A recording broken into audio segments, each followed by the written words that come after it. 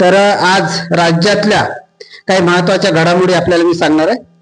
तर भंडाऱ्यात मी राहत असल्यामुळे भंडाऱ्यातून सुरुवात करतो. आणि भंडाऱ्यातच नव्हे तर पूर्व विदर्भामध्ये संततधार सुरू आहे मागील 3 दिवसापासून. आणि भंडाऱ्यातील वैनगंगा नदीवरचा जो लहान पूल आहे तो बुडालेला आहे. आताच मी एक व्हिडिओ सुद्धा अपलोड केलेला युट्यूबवर.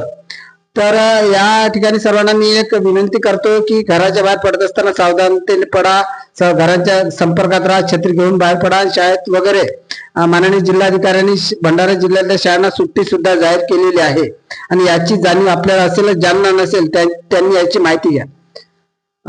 आणि यानंतर शिक्षणाच्या बाबतीमध्ये राष्ट्रीय मूल्यांकन संस्था परख नावाची, परख या संस्थेचं नाव आहे. आणि राष्ट्रीय मूल्यांकन संस्था या संस्थेने केलेल्या सर्वेक्षणामध्ये महाराष्ट्र 8व्या स्थानी आहे. ही आघाडी मागच्या 2021 म्हणजे हे 2024 ची आकडेवारी आहे.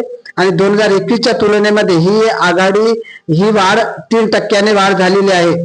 आणि महाराष्ट्र 8व्या स्थानी आणि महाराष्ट्रामध्ये कोल्हापूर हा अव्वल स्थानी राहिलेला आहे, कोल्हापूर जिल्हा. तर यासोबतच अनेक जिल्ह्यांचं सुद्धा स्थान आहे, ते सविस्तर मध्ये नंतर मी सांगणार आहे.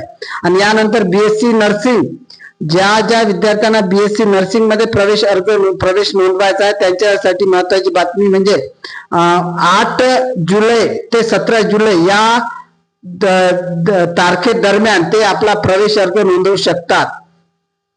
आणि त्यानंतर इतर मागास बहुजन विभागातर्फे विद्यार्थ्यांसाठी शिष्यवृत्ती योजनांचा मदत कक्ष स्थापन करण्यात येणार आहे, अशी शासनाने त्यांना परवानगी दिलेली आहे. या शिष्यवृत्ती योजना मदत कक्षाचं काम संबंधित ज्या विद्यार्थ्यांना शिष्यवृत्ती मिळते या विभागातर्फे त्यांना या शिष्यवृत्ती संदर्भातल्या ज्या अडचणी निर्माण होतात त्या अडचणींचं निराकरण करणे. आणि या मदत कक्षाची स्थापना पुणे येथे होणार असून यासाठी आवश्यक असणाऱ्या कर्मचाऱ्यांची सुद्धा नियुक्ती होणार आहे. आणि हा मदत कक्ष कार्यालयीन